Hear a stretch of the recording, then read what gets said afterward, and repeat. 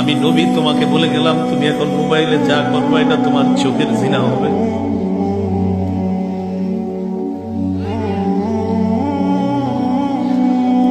অনেক মানুষ প্রতিদিন এই গুনাহে লিপ্ত হয়ে চোখের জিনা করে।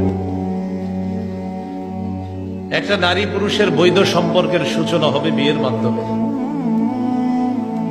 ইসলাম আমাকে আপনাকে শিক্ষা দেয় বিয়ের মাধ্যমে সম্পর্কের সূচনা করতে। ইবলিস শিক্ষা দেয় আগে 5-6 বছর চেনো জানো, তারপর মন চাইলে বিয়ে করো, তার মন না চাইলে ছেড়ে দাও। এটা ইবলিসের শিক্ষা। সহিহ বুখারীর বর্ণনা 5063 নম্বর হাদিস। এই হাদিসের বর্ণনাকারী আনাস ইবনে মালিক রাদিয়াল্লাহু তাআলা তিনি বলেন, جاء ثلاثة رهط إلى بيوت أزواج النبي صلى الله عليه وسلم يسألون عن عبادة النبي صلى الله عليه وسلم। তিন ব্যক্তি আল্লাহ রাসূল সাল্লাল্লাহু আলাইহি সাল্লামের বিবিদের ঘরের সামনে আসছেন নবীজির ঘরের ইবাদতের ব্যাপারে জানার জন্য। তো প্রশ্ন করছে নবীজি ঘরে কি করে। ফালাম্মা উখবিরু কান্নাহুম তাকাল্লুহা, যখন তাদেরকে জানানো হলো নবীজির ঘরের ইবাদতের ব্যাপারে, বিভিন্ন বর্ণনা দ্বারা সহিহ বুখারীর বর্ণনা সহ অনেক বর্ণনা দ্বারা জানা যায় নবীজি নিজের জুতা মুবারক জামা মুবারক নিজেই সেলাই করতেন, ঘরের কাজে সহযোগিতা করতেন, বিবিদের কাজে সহযোগিতা করতেন। তো যখন জানানো হলো নবীজি ঘরে এই করে, কান্নাহুম তাকাল্লুহা, ওই তিনজনের কাছে নবীজির ঘরের ইবাদত কম মনে হলো, তারা নবীর ঘরের ইবাদতটা কম মনে করলো, আর একটু কমিয়ে দেন আওয়াজটা। তো যখন তারা ইবাদত কম মনে করলো, ফাজা রাসূলুল্লাহ সাল্লাল্লাহু আলাইহি ওয়াসাল্লাম, নবীজি দিকটা বাসায় আসছে। আর এই তিনজনের অভিব্যক্তিটা শুনেন, যে তিনজন গেছে। فقالوا أين نحن من النبي صلى الله عليه وسلم وقد غفر الله له ما تقدم من ذنبه وما تأخر।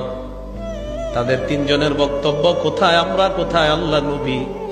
আল্লাহ নবীর এত ইবাদত করা দরকার নাই, আল্লাহ নবীর আগে কোনো গুনাহ নাই, পরে কোনো গুনাহ নাই, যদি থাকতো আল্লাহ অগ্রিম সব মাফ করে দিছে। গুনাহ কিন্তু নাই, কিন্তু আল্লাহ এমনি ঘোষণা করছেন আগে পরে সব মাফ। তো একজন কয়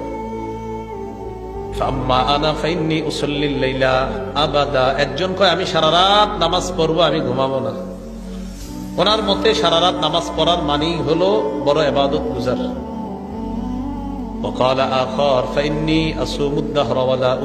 আরেকজন কয় আমি সারা জীবন রোজা রাখবো, কখনো রোজা ছাড়বো না। ফরজ রোজা তো রাখবেই, নফল রোজাও ছাড়বে না। وقال آخر أعتزل النساء فلا أتزوج أبدا। আরেকজন কয় আমি নারীদের থেকে দূরে থাকবো, কখনো বিয়ে করব না, কখনো বিয়ে করব না।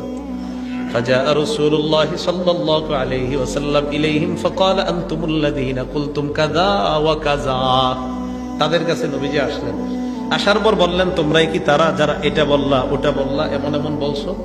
শোনো নবীজি ভূমিকাটা কি নিতেছে দেখেন, শোনো তোমরা, আমা ওয়াল্লাহি ইন্নী লাআখশাকুম লিল্লাহ ওয়া আতকাকুম লা, আল্লাহর কসম এই পৃথিবীতে মানুষের মাঝে সবচাইতে আল্লাহকে আমি বেশি ভয় করি।